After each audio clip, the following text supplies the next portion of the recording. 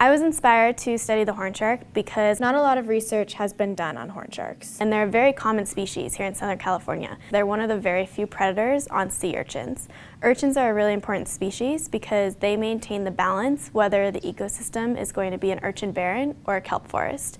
So if there's too many urchins, they'll graze on the kelp too heavily. Horn sharks are one of the few predators that eat urchins. So if they eat enough urchins, then there's fewer urchins to eat kelp. It allows the kelp forest to grow and be a really diverse system. This is important because a lot of the species that are in the kelp forest are resources that we use. So there's a lot of fish species out there, and there's kelp as a resource. So kelp is found in a lot of our products, such as toothpaste and ice cream. If the horn shark keeps urchin populations down, it allows the kelp forest to grow. It allows us to have all these other resources that we commonly use. By doing this study, I'm hoping to learn how much of a predator that horn sharks are. I'm trying to determine if they're a key player in the kelp forest system. With this global climate change that we're seeing a lot of increased temperatures.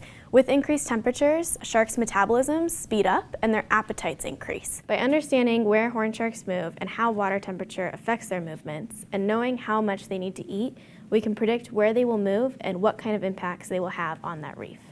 Okay, so how I do this project is I tag horn sharks with a technology called an accelerometer. It's also known as a Fitbit for sharks. So this is it right here, and I can just place this on its dorsal fin. So one half has the accelerometer, and then the other half has the transmitter that allows me to follow the shark.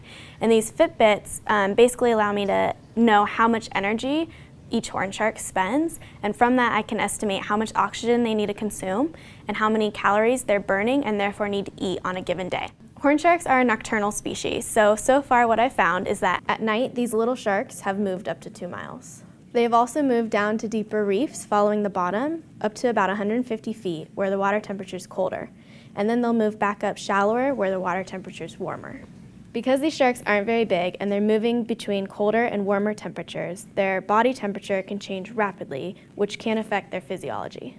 My next steps are to continue surveying during the day to figure out where these horn sharks are choosing to rest, and then also doing more tracks overnight to figure out where these sharks are going and what they're doing in those places.